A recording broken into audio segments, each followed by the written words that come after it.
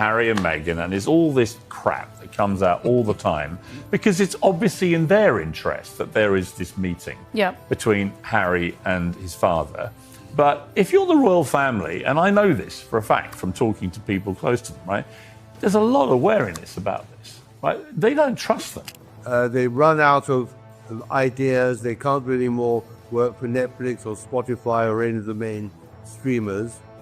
And their finances are basically in jeopardy over the long term. Piers Morgan has just been pretty indiscreet in terms of the royal hatred towards the return of Prince Harry and Meghan Markle. And we know that Harry is still well connected, of course, with the Invictus Games, which is that's the centerpiece of this whole visit. We can expect them in Birmingham for those activities. Tom Bower. The mask finally slipped, and the truth is far uglier than anyone expected. Piers Morgan just went on national television and decimated the narrative that Meghan Markle is returning to the UK out of the goodness of her heart. He didn't just criticize her. He exposed a calculated scheme born of pure desperation. According to Morgan's high-level sources within the palace, the royal family doesn't just dislike the Sussexes anymore, they flat out don't trust them, period. The return isn't a family reunion. It's a strategic business move by a couple whose American dream has turned into a financial nightmare. This isn't about healing wounds, it's about saving a brand that is currently on life support. They don't trust them, period. They just don't trust them. I mean, Harry to them is like Brooklyn Beckham is to the Beckhams now, right? I don't think anyone could be a worse son than Harry. Brooklyn, I take my hat off to you, son. Tom Bower, the man who writes the books that make the Sussexes flinch, summarized Meghan's current situation in 2 brutal words: desperation and failure. The grand plan to become global superstars independent of the monarchy has hit a massive headwind.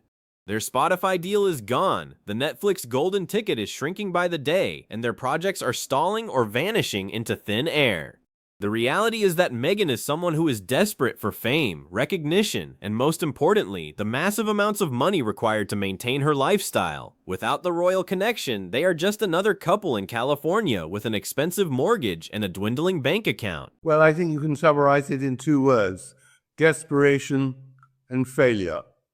They have reached a sort of a headwind.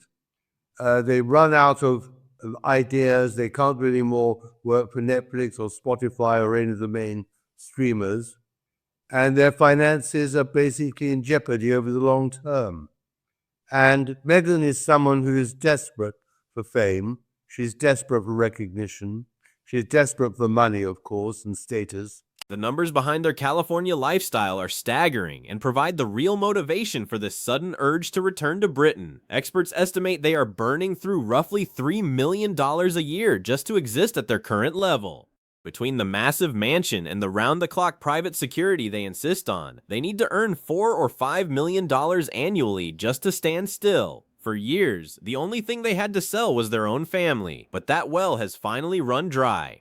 The public has grown tired of the constant attacks, and the second they tried to sell jam and candles, the world simply shrugged and walked away. That Harry and Meghan have sprung this last minute to create this sort of drama and chaos, which is pretty standard for those two. And I feel like that they've railroaded the king, whereby if he can't see them, like I said, he's going to suffer. Piers Morgan dropped a bombshell revelation about how the royal family now views Prince Harry, and it is a comparison that would sting any son. He revealed that inside the palace, they talk about Harry the way the Beckham family talks about Brooklyn Beckham. He is seen as the disappointing, entitled son who threw away a position of immense prestige for a life of aimless celebrity chasing. Morgan even went as far as to say he never thought anyone could be a worse son than Harry, noting that even Brooklyn is starting to look good by comparison. This shift in perception shows that the bridge hasn't just been burned, the foundation itself has been removed. And it just seems to her that a visit to the royal family in Britain would give her or restore to her the credibility she once had. I think for Harry it's worse, because Harry is isolated in California. He has actually now got no role at all. And I'm sure he now misses his family, he misses his roots, he misses England. The scheme to return to the UK is being viewed by those close to the king as a form of railroading. By announcing a visit centered around the Invictus Games in Birmingham, they are forcing King Charles into a corner. If he refuses to see them, he looks like a cold-hearted father and risks suffering negative press. However, the palace is acutely aware that any meeting will likely be commercialized and leaked to the media within hours. There is a genuine fear that Meghan plans to use this trip as a massive PR stunt to breathe life back into her failing business ventures. They want the royal prestige without doing any of the actual royal work. I don't think Harry is going to get the Ryback agreement for protection he wants from this is the committee that decides whether his life is at risk, and therefore he and Meghan, as he demanded, should have armed protection throughout. One of the most damning parts of this entire scheme is the hypocrisy surrounding Meghan's relationship with her own father. While she pushes for a reconciliation with an aging King Charles, citing the importance of family bonds, she continues to treat Thomas Markle like he doesn't exist. This is a man who paid for her education and university loans, yet he has been cut off for years over a single mistake involving staged photographs. He recently lost a leg and returned to the States for treatment, yet his own daughter hasn't even picked up the phone. The contrast is chilling. One grandfather has a palace and a fortune, while the other has hospital bills and a missing leg. He's never met his grandchildren. It's just insane to me, Tom. Like, the cold-heartedness of it is just... It's a lot for a woman who thinks she's so kind. The public hasn't forgotten that Meghan previously branded the UK as racist, snobbish, and cruel. Now that the American money is running low, she suddenly finds the country attractive again. Tom Bauer points out that a visit to the royal family is the only thing left that could restore the credibility she once had. For Harry, the situation is even more pathetic because he is now completely isolated in California with no real role or purpose. He misses his roots and his home, but he has allowed himself to be part of a strategy that uses his family as a financial safety net rather than a source of genuine emotional connection. Meghan puts up a picture of Harry about how he's the best Papa Sussex ever, which, by the way, I always thought sounded like Papa Smurf, and they should not call him that, but we'll move on. Daddy characters not mentioned in any of these. Number one is Charles, and number two is, of course, Meghan's father, Thomas Markle. Tell me, Paula, is there a reason that Meghan didn't wish her father a happy Father's Day? I'm confused. Yes, she still has never talked to her father, who lost a leg in the Philippines, has come back for treatment in the States. She refuses to see him because he embarrassed her. Remember when he did the whole, like, I'm reading about myself and my daughter in the barbershop in Mexico. And she's, oh, you took money for photographs. I'm done with you. Never spoke to him. There is a dark theory emerging about why the Sussexes are suddenly so keen on bringing their children, Archie and Lilibet, on this trip. Insiders suggest the children are being used as human shields to protect the parents from public backlash. The logic is simple. Nobody is going to boo a couple when they are holding two small children. By putting the little ones in the frame, the headlines go soft, the cameras go soft, and a couple the country was sick of suddenly looks like a sweet family again.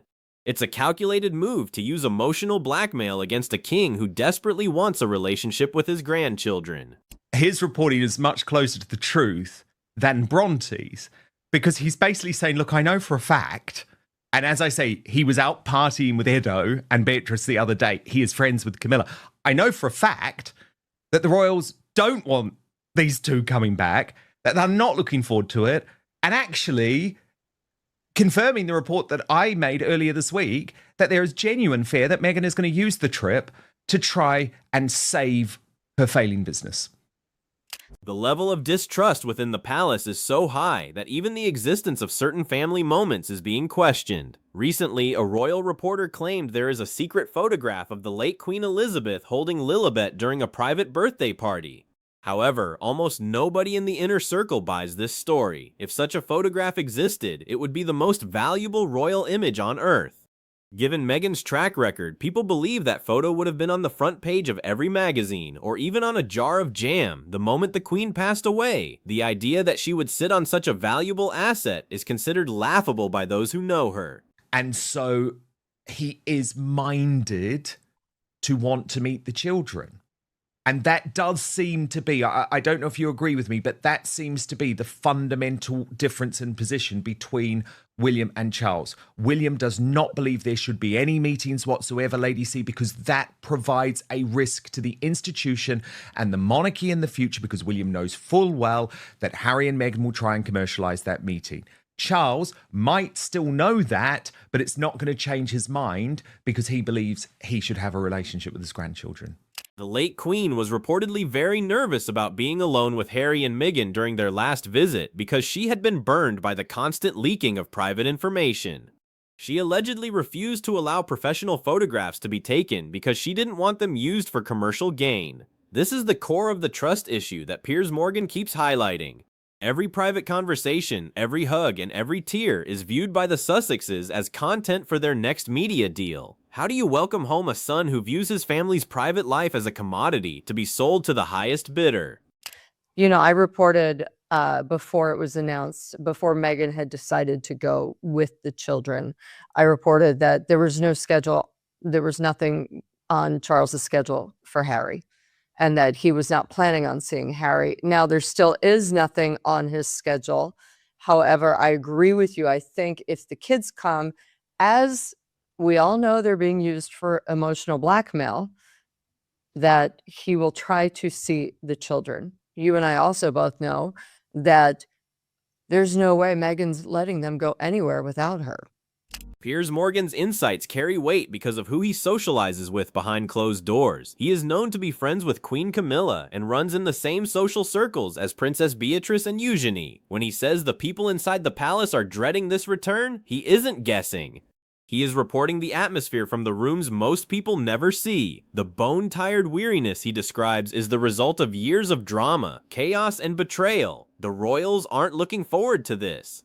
They are bracing themselves for the inevitable circus that follows the Sussexes wherever they go. A bunch of their deals have fallen over. Spotify, the Netflix deal was stripped back. All sorts of things that they'd planned have not worked out. And I think it is absolutely the case, as I said, that Harry is missing his home. I think like a severely painful breakup, it's, you know, after all the emotion settles down a little bit, you're left with some nostalgia. And I think that that has started to weave its way into his mind probably over the last couple of years. So I think that that aspect is absolutely true. I think he wants his kids to have this relationship with his family. Yeah. He's probably not feeling that rage and hurt that he was feeling when he first left under. While King Charles may be inclined to see his grandchildren, Prince William is reportedly taking a much harder line. William believes that any meeting provides a massive risk to the future of the monarchy.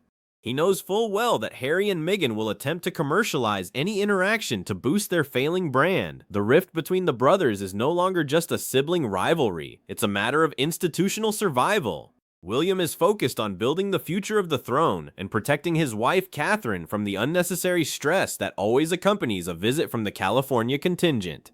He has direct sources from within the royal family who are telling him, no, we don't trust Meghan, no, we don't want her back, and are even comparing Prince Harry to Brooklyn Beckham. So we're going to get to that in one moment, but first I want to actually show you the Harry and Meghan side and introduce to you a new woman who you may have heard of in recent weeks, because the Sussexes have decided we need a new Omid Scobie. We need a new Omid Scobie. We need a propagandist who is going to go out on the international media and literally repeat the ridiculous. The timing of this return scheme is particularly insensitive given what the Princess of Wales has been going through. While Catherine was facing a serious health battle and holding her family together, Harry and Meghan were continuing their media offensive. The hurt on William's side runs deeper than many realize, because it wasn't just about him, it was about the attacks on his wife. There is a sense that the Sussexes only reach out when they need something, and right now, what they need is the royal stardust to keep their business ventures from collapsing entirely. The British royal family isn't a consolation prize, Bronte. And again, like, I don't mind that she's Australian, but she doesn't understand how this works. But unfortunately, there's a lot of propaganda being spread on this new establishment mainstream media royal show. I'm going to be honest about it, because Katie Nicholl is also spreading Harry and Meghan propaganda, where she goes onto the show and claims without any evidence that there is a picture, which we've never heard about before. We've never heard before from the Sussexes that there is a picture of the late Queen, Elizabeth II, with Lilibet. And not only that, she goes on to say that according to people who witnessed Lilibet and the Queen together, who she has directly spoken to, well, come on, who were those people? Harry and Meghan. Like, who else witnessed that interaction? There are also serious questions being raised about the generosity Harry has been displaying lately. A recent donation of £1.1 million to a children's charity was framed as a personal act of kindness from the prince. However, investigative work revealed that the money didn't actually come from Harry's personal fortune. It was routed through a foundation. This is the kind of PR spin that has made the British public so cynical. It's about creating a glowing headline first and letting the truth catch up later when no one is looking. It's all part of the carefully crafted image of the philanthropist prince.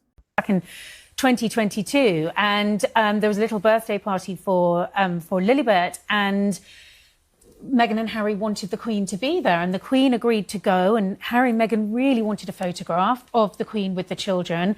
And the Queen was understandably nervous about this because she had had her fingers burned when it came to Harry and Meghan and leaking of information and putting things out. So she agreed to do that photograph. That photograph was taken.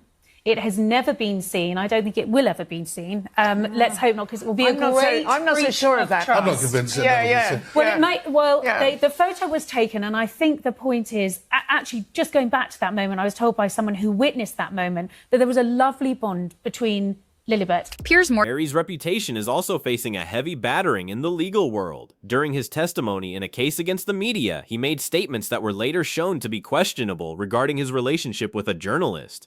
Furthermore, he is currently tangled in a bitter legal fight with a charity he co-founded, Sent to Bail. Even conservation groups he was linked to have faced criticism and severed ties. The man who built his entire comeback on good works is watching those very works turn on him. It seems the Harry and Meghan brand is becoming toxic even in the world of high-end charity. All the briefings have clearly been coming from the usual sources, right? People magazine clearly is Harry and Meghan, and is all this crap that comes out all the time because it's obviously in their interest that there is this meeting between Harry and his father. The call to strip Harry and Meghan of their titles is growing louder than ever, led by voices like Piers Morgan. They argue that if the couple wants to be independent celebrities in America, they should do so without the prince and princess labels. There is already a mechanism for stripping titles, as seen with Prince Andrew. The late Queen was adamant that you cannot be half in and half out. You either do the duty and get the perks, or you leave. The Sussexes chose to leave, yet they continue to march around the world on unofficial royal visits to rake in fortunes off a status they refuse to work for. Personally, I believe Piers Morgan there, his reporting is much closer to the truth than Bronte's, because he's basically saying, look, I know for a fact, and as I say, he was out partying with Edo and Beatrice the other day. He is friends with Camilla. I know for a fact that the royals don't want these two coming back, that they're not looking forward to it, and actually confirming the report that I made earlier this week, that there is genuine fear that Meghan is going to use the trip to try and save her failing business. Public distrust has reached such an extreme level that some people are even questioning the logistics of their previous visits. During the last trip, there were reports from the airport that no children were seen getting off the plane and no records of them on the flight. While these claims remain unproven, the fact that they are being discussed so openly shows how little the public believes anything coming from the Sussex camp. The privacy excuse for the children's invisibility is being interpreted by many as a way to maintain a sense of mystery and control over their most valuable assets. Period. They just don't trust them. I mean, Harry to them is like Brooklyn Beckham is to the Beckhams now, right? I don't think anyone could be a worse son than Harry. Brooklyn, I take my hat off to you, son. For spoilt brat, entitled behaviour, and the common theme is two American women, but we'll come to that later. But in fact, you've had Wallace Simpson, they're 3 for 3. The issue here is trust, right? So obviously the king, as a father, would love to see his son, right? Obviously he would. He doesn't want to have this on. Charles really doesn't like confrontation. No, he doesn't. He doesn't like everything to be chaotic and dramatic and combative. He would just like it to be calm so he can get on with doing a very good job, by the way, as our monarch, I think. And I think the trip to America was astonishingly successful, and his greatest moment actually as a royal. The king, currently living with cancer, is in a vulnerable position, and many believe the Sussexes are exploiting that vulnerability. Charles doesn't like confrontation and wants things to be calm so he can focus on his duties. However, everyone around him is asking the same question. How can you trust a son who has burned you so many times before? Every time they have been let back in, something has leaked. The wound simply will not close because Harry and Meghan keep picking at it for the sake of their next project. It is a heartbreaking situation for an aging father who just wants peace. So he's doing his stuff. He just wants the rest to just be calm. So I don't think it really, for him, he's like, well, obviously I'd like to see my son. But the problem is everyone around him is like, well, how do you trust him, sir? How do you trust this son of yours who every single time you see him in the last few years, everything gets leaked? Well, right? And then you add Meghan to the mix, who said she'd never come back to the country, who has spent years trashing our country, who's branded the royals a bunch of callous racists. Meghan's recent attempts to rebrand, including her new lifestyle venture, have been met with a lukewarm response at best. The world has moved on from the initial shock of their departure, and the curiosity factor has vanished. Without the drama of the royal feud, they struggle to capture the public's attention. This is why the scheme to return is so vital for them. They need a fresh infusion of royal drama to stay relevant in the fast-paced American media landscape. They are essentially returning to the very institution they spent years trying to tear down because it's the only thing they have left. And I know from speaking to people around the royals, they're very concerned about this, right? They just think she will come in and she is getting desperate with her failure of her business stuff. And so she knows she needs to be seen. I mean, when was the last time you saw them with any A-listers? They're not. The A-list world's made a calculation. If you go with those two, you're never going to be invited to the real stuff. Well, I think the last one was that Netflix party. The atmosphere in Britain is currently one of bone-tired weariness. People are tired of the constant updates, the legal battles, and the demands for taxpayer-funded security. Harry's insistence on armed protection for his visits has become a major point of contention, especially since he chose to give up his working royal status. He wants the elite level of protection that comes with the job without actually doing the job. To the average British citizen, this feels like an entitled prince demanding special treatment while living in a California mansion and trashing the country. And Piers is now advocating for their titles to be stripped. And what I thought was really interesting here is Robert Jobson, who you know is someone who appears here on Outspoken, and I have described him as the journalist closest to King Charles, played down the significance of what a meeting would actually mean. There is a mechanism for stripping them of their titles. Why should they be allowed to march around the world with unofficial royal visits, making tons of money for themselves in the process without doing any royal duty whatsoever? Why should they? Totally right. It's absolutely outrageous. And the upcoming visit to Birmingham for the Invictus Games is being billed by some sources as a huge spectacle. Harry is reportedly bringing his own security and planning a massive PR blitz. However, the palace has still not confirmed whether a meeting with King Charles will even take place. If it does, it is expected to be short, formal, and carefully monitored. There will be no cozy family dinners or long walks at Windsor. The family has accepted the king's offer to stay on a royal estate, but the residence will be kept separate from private accommodation to ensure no accidental leaks occur. The titles, the children as well, Prince and Princess. It's a load of old nonsense. The Duke and Duchess of Sussex. The relationship between Prince Harry and the rest of the royal family is now being described as one-way traffic. Harry reportedly reaches out to William repeatedly, but receives nothing but total silence in return. The bridge is not just broken, it's gone. William has made a calculation that the Sussexes are a liability to the monarchy, and he is acting accordingly. He is protecting the future of the institution from the chaos that Meghan and Harry bring with them. The days of the Fab Four are a distant memory, replaced by a cold reality where trust is the rarest commodity of all. But also, I think people are forgetting that we are awaiting the judgment in his case against the Daily Mail Associated Newspapers. Now, Harry's reputation, in my view, is going to take a very heavy battery in that judgment, because during his testimony, he says something which at the end of the case was shown to be untrue about his relationship with a famous journalist. The circus is officially rolling back into town, but the audience isn't cheering anymore. As the weeks count down to this controversial visit, the pressure on Meghan Markle is reaching a breaking point. The deals have dried up, the public trust is non-existent, and the royal family has built a fortress of silence that even Harry can't penetrate. This isn't a triumphant return, it's a last-ditch effort to reclaim the only thing that ever made them relevant. Whether the king gives in to the emotional blackmail or William finally succeeds in stripping their titles remains to be seen, but one thing is certain, the world is finally seeing the scheme for what it truly is.